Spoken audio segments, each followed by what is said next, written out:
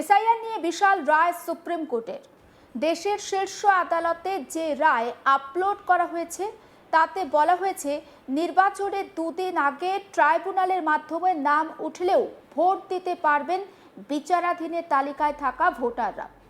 21শে April পর্যন্ত ট্রাইব্যুনালে যারা ছাড়পত্র পাবেন তারা 23শে এপ্রিল প্রথম দফার ভোটে ভোট দিতে পারবেন। আর 27শে এপ্রিল পর্যন্ত ট্রাইব্যুনালে যারা ছাড়পত্র পাবেন তারা দ্বিতীয় দফার ভোটে অর্থাৎ 29শে এপ্রিল ভোট দিতে পারবেন। শীর্ষ আদালত জানিয়ে দিল 21শে এপ্রিল এবং 27শে এপ্রিলের মধ্যে ট্রাইব্যুনালে ছাড়পত্র পাওয়া ভোটারদের তালিকা প্রকাশ করতে হবে কমিশনকে। এই সময়ের মধ্যে যারা ছাড়পত্র পাবেন না তারা ভোট দিতে পারবেন না। এবার ট্রাইব্যুনালে 21শে এপ্রিল পর্যন্ত ছাড়পত্র পাওয়া ভোটাররা 23শে এপ্রিল ভোট দিতে পারবেন।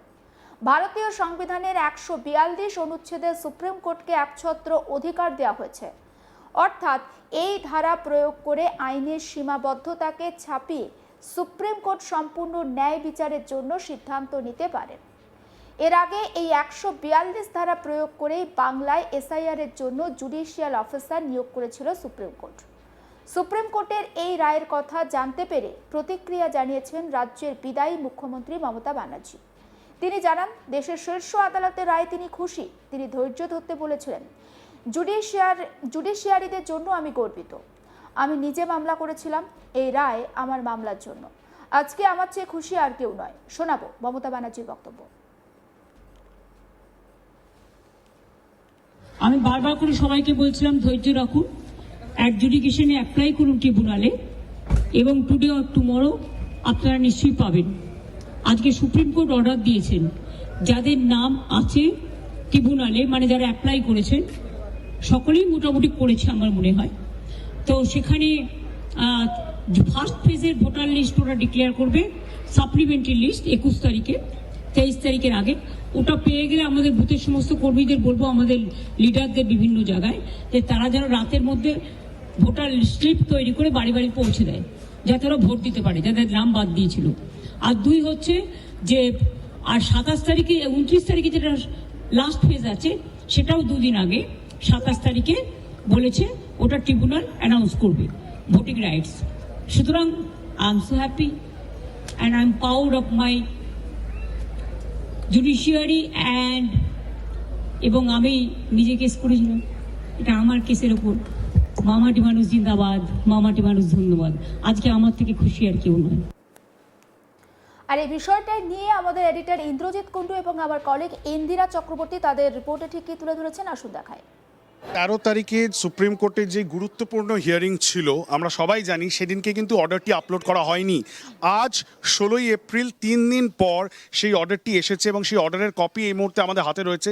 আমি একবার আমাদের ক্যামেরা পার্সন শুভজিৎকে বলবো একটু যদি দেখানো পসিবল হয়। এই মুহূর্তের সবচেয়ে বড় খবর, অ্যাপিলেট ট্রাইব্যুনাল, যে 19 জন জাজের অ্যাপিলেট 19খানা ট্রাইব্যুনাল তৈরি করা হয়েছে, যারা পুরোটাই বসছে কলকাতায়, আমরা দর্শকদেরকে জানিয়েছি জোকায়।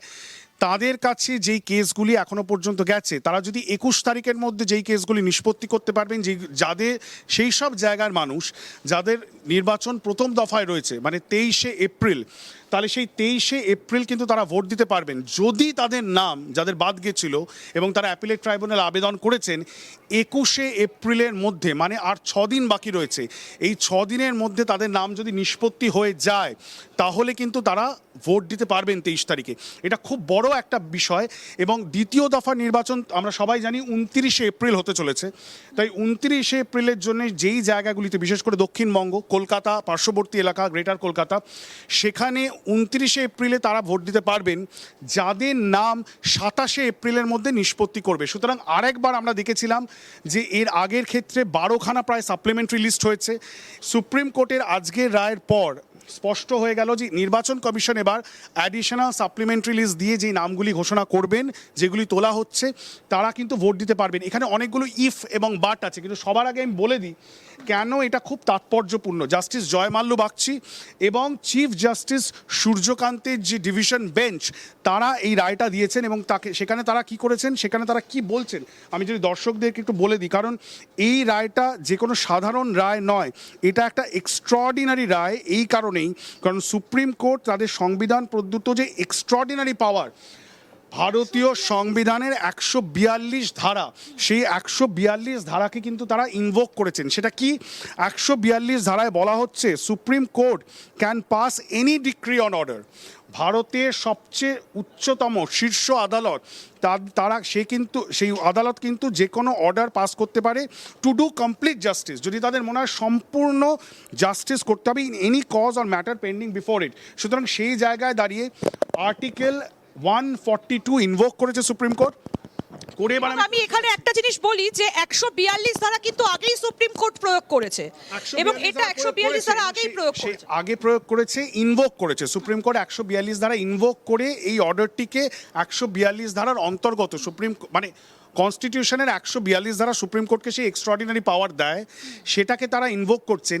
এটা খুব একটা ঐতিহাসিক ব্যাপার, এটা সচরাচর সাধারণত হয় না। এক্ষেত্রে পশ্চিমবঙ্গের এসআইআর, তুমি দেখো অন্যান্য রাজ্যে এসআইআর হচ্ছে, কোথাও এই জিনিসটা হলো না। অন্য রাজ্যের এসআইআরের কেসগুলি কিন্তু সুপ্রিম কোর্টের তত্ত্বাবধানেও হচ্ছে না। পশ্চিমবঙ্গের এসআইআরটা সুপ্রিম কোর্টের তত্ত্বাবধানে হচ্ছে সেখানে সুপ্রিম কোর্ট তাদের এক্সট্রাঅর্ডিনারি পাওয়ার ঘোষণা ইনভোক করে এই ঘোষণাটা করেছে। এই ঘোষণাটা খুবই তাৎপর্যপূর্ণ, কারণ বারবার যেটা বলা হচ্ছিল এসআইআর সবচেয়ে বড় ইস্যু এবং 27 লক্ষ মানুষ, 60 লাখ যে লজিক্যাল ডিসক্রিপেন্সি ছিল তার মধ্যে 27 লক্ষ মানুষের নাম বাদ গেছে। তাদেরকে তো এখন অ্যাপিলেট ট্রাইব্যুনালে যেতে হবে। সেই অ্যাপিলেট ট্রাইব্যুনালটা কি? 19 জন হাইকোর্টের জাজ, কলকাতা হাইকোর্টের প্রধান বিচারপতিকে সুপ্রিম কোর্টের প্রধান বিচারপতি বলেন যে আপনার তত্ত্বাবধানে আপনি এবার 19 জন জাজকে দায়িত্ব দিন, তারা এই অ্যাপিলেট ট্রাইব্যুনালে বসবেন এবং তারা এই কেসগুলিকে সলভ করবেন। এর আগে জুডিশিয়াল অফিসার ছিল। এই অ্যাপিলেট ট্রাইব্যুনাল আমরা জানি কলকাতায় জোকায় অ্যাপিলেট ট্রাইব্যুনালের সদর দফতর, সেখানে হয়েছে। প্রত্যেকটা জেলায় জেলায় কিন্তু অ্যাপিলেট ট্রাইব্যুনাল নেই, শুধুমাত্র কলকাতায় রয়েছে। কলকাতায় 19টি অ্যাপিলেট ট্রাইব্যুনাল রয়েছে। জেলায় জেলায় বিভিন্ন মানুষ, বিশেষ করে মালদা মুর্শিদাবাদ বেল্টে যাদের প্রথম দফায় নির্বাচন, উত্তরবঙ্গ এবং মধ্যবঙ্গ রাঢ়বঙ্গ, সেখানকার মানুষের যাদের ভোট কাটা গেছে আমরা জানি, তাদের লম্বা লাইন, সে ছবিও আমরা হয়তো দেখাতে পারবো মুর্শিদাবাদে, মালদায়। এবার এই 27 লাখ থেকে আরো কিছু মানুষ ভোট দিতে পারবেন, এটাই হচ্ছে সবথেকে বড় খবর। এসআইআর নিয়ে বিশাল রায় সুপ্রিম কোর্টের এবং শীর্ষ আদালত যে রায় আপলোড করেছে বা যে রায় দিয়েছে সেখানে বলা হচ্ছে নির্বাচনের 2 দিন আগে ট্রাইব্যুনালের মাধ্যমে নাম উঠলেও ভোট দিতে পারবেন বিচারাধীনের তালিকায় থাকা ভোটাররা।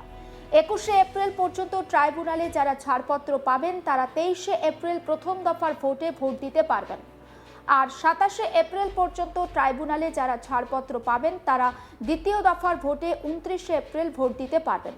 শীর্ষ আদালত জানিয়ে দিল 21শে এপ্রিল এবং 27শে এপ্রিলের মধ্যে ট্রাইব্যুনালে ছাড়পত্র পাওয়া ভোটারদের তালিকা প্রকাশিত করতে হবে বা প্রকাশ করতে হবে কমিশনকে।